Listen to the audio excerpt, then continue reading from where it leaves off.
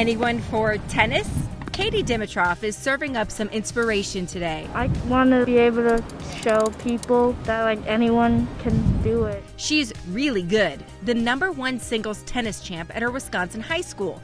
She's even teaching the coach. Katie already had her style of serving. So I actually learned from Katie about how to serve with one arm. That's right, she's the champ with one arm.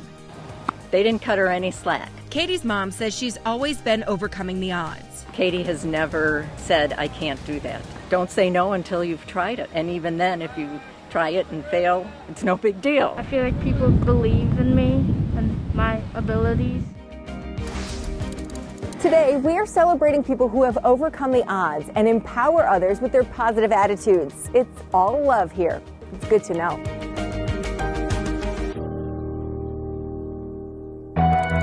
Just a little act of kindness, and that's all it took. Maybe that's something the world needs to learn today. I'm hoping that by the end of it, maybe this whole pandemic experience can bring us together. We're in this together. You're not alone. There's really good, genuine people out here that want to help. You have incredible abilities just within our community.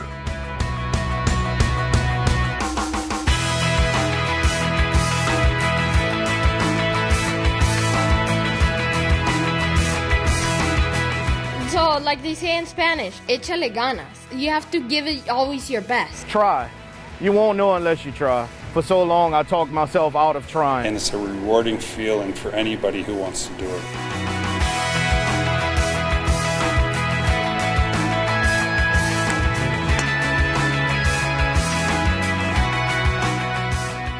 You know, this is our ministry. This is what we're called to do.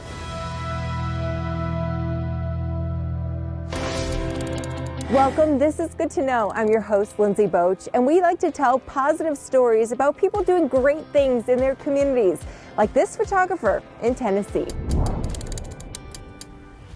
Hello. There's a battle that begins. We're going to be visiting Audra today.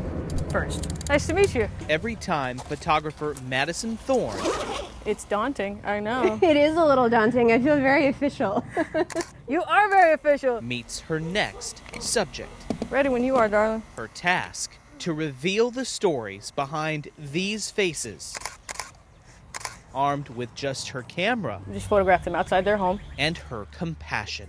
Oh, that's gorgeous. They're your neighbors. They're part of your community. How's that look?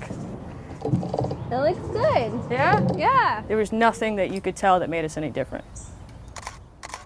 All right, breathe. The second person we're meeting today is Jesse. Better? Yeah.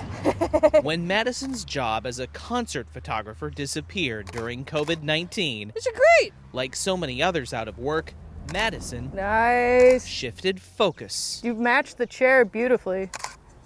It's like you totally planned it. But with her studio now outside, she's taking pictures. These are excellent. With a purpose.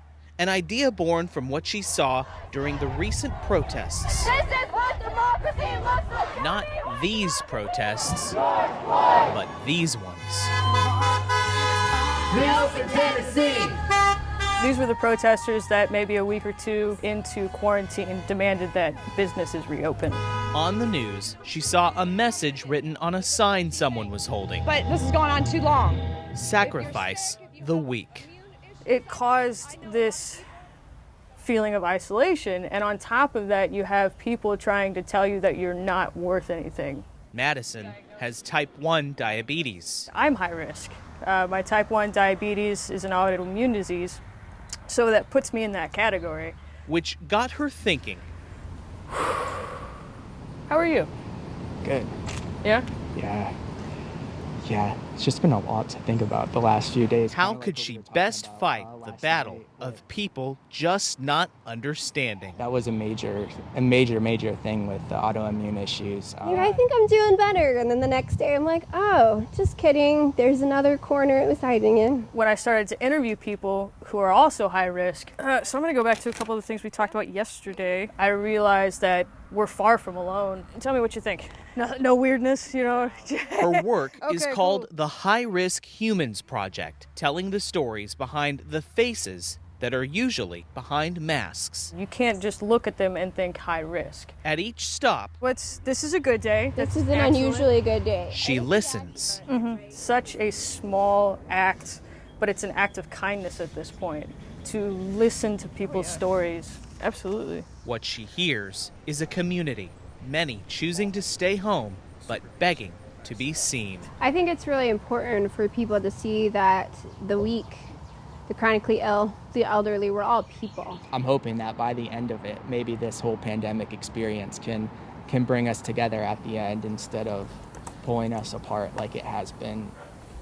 And that, Madison says, is the point behind each smile. And I try really hard to get those smiles. You know, I'm completely goofy, as you know. Each story, You know, I have notes and notes and notes and notes and notes. ends and up on notes her and notes. High Risk Humans website. I'm Brett Ryan Stewart. My name is Mark Gonzalez. My name is LaWanda Hurley. Not to be seen as someone at risk because of COVID. I'm high risk because I have chronic hypertension. I'm a recording engineer and a music producer, songwriter, and I have type 1 diabetes. I'm also high risk because I'm a little overweight plus some change.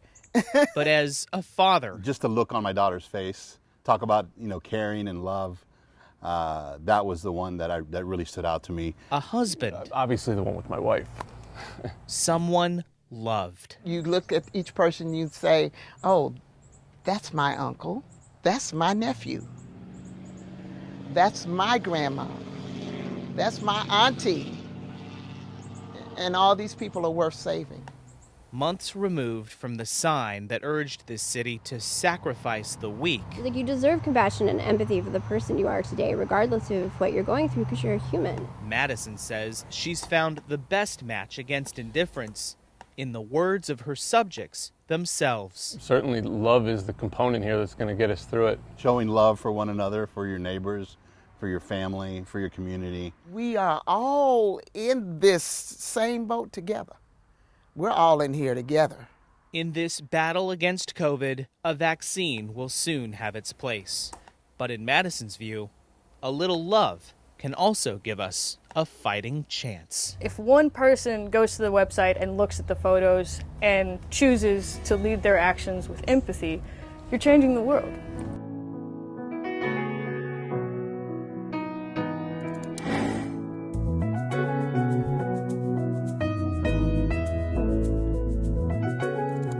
A family in Florida has opened up their home to kids who are overcoming adversity, thanks to these people.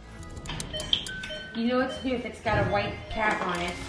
The morning routine at the Forbes house begins at 5 a.m. It involves a lot of preparation, coordination, medication, and equipment setup. This is our calling. This is our passion. This is the Forbes family right now. Savitri, her husband, their 2 biological children, adopted son Seth, and 5 foster children with severe medical complications. About now, there's no doubt you're wondering, how does she do it? People helping people is what Savitri says it is all about. I mean, to have a child with a disability of your own is God's choice. That's nature. But to take this on willingly and to take on five boys, it's overwhelming. I can't imagine where she gets her strength and her energy every day. It's more than just a chair and mobility for us. It also assisted us with safety concerns. This week, the gift of mobility given to the Forbes' adopted son Seth. He loves riding his bike. This one he outgrew. He now has a new, safer, adaptive bike. They call him Super Seth, born into the foster system at 27 weeks with part of his brain growing outside of his skull. Into the Forbes' care he went, defied all odds at surviving, including dozens of surgeries, and at 11 years old is their happy, youngest adopted son. What keeps us pushing forward is really just watching our children blossom. You know, this is our ministry. This is what we're called to do. And so we absolutely love fostering. We love fostering our special needs children. It's very rewarding for us and for them. Our storytellers have found people who are overcoming adversities. Yeah, everybody on the team was like, why is he getting all of the fame? And I'm like, sorry for having no feet. I guess they just like that type of stuff. And it inspires kids to, you know what? Hey, I can get off of my lazy butt and go out there and do something that I love. His story is coming up next. It's good to know.